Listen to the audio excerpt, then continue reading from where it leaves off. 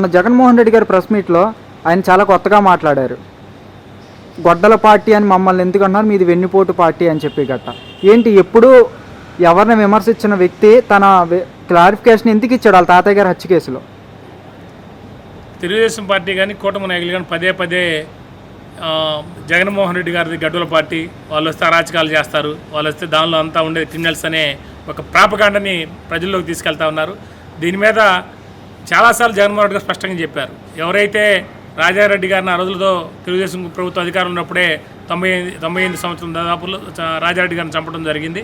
ఆ హత్య కేసుకు సంబంధించి మొత్తం కూడా లీగల్గా ప్రొసీడ్ అవుతాం ఉద్దేశంతో ఆ రోజున రాజశేఖర రెడ్డి గారు వాళ్ళందరికీ శిక్షలు పడే విధంగా ప్రయత్నాలు చేసి ఏదైతే జరిగిందో దానికి సంబంధించి కోర్టులోనే ఫైట్ చేశారు తప్పితే ఎక్కడా కూడా హింసను ప్రేరేపించలేదు.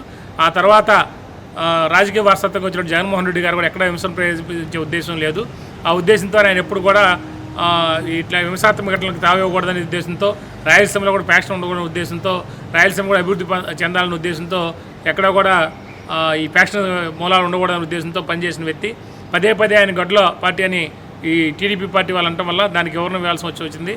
నిజంగా ఆయనే కానీ ఏదన్నా చేయదలుచుకుంటే ఆ రోజున ఎవరైతే వాళ్ళ తాతను చంపారో వాళ్ళందరి మీద ఏ విధంగా చర్యలు ఉండేవో వాళ్ళందరూ ఈ రోజున అందరూ శుభ్రంగా ప్రశాంతంగా జీవిస్తూ ఉన్నారు.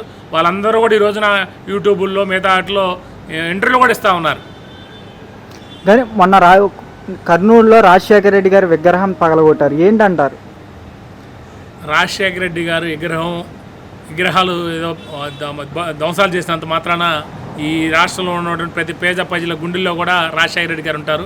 ఎందుకంటే ఆయన ప్రవేశపెట్టిన పథకాలు ల్యాండ్ మార్క్ పథకాలు, రాజీవ్ ఆరోగ్యశ్రీ కానివ్వండి, ఆ రోజులు ప్రవేశపెట్టిన ఆరోగ్యశ్రీ పథకం ఈరోజు కూడా రన్ అవుతూ ఉంది.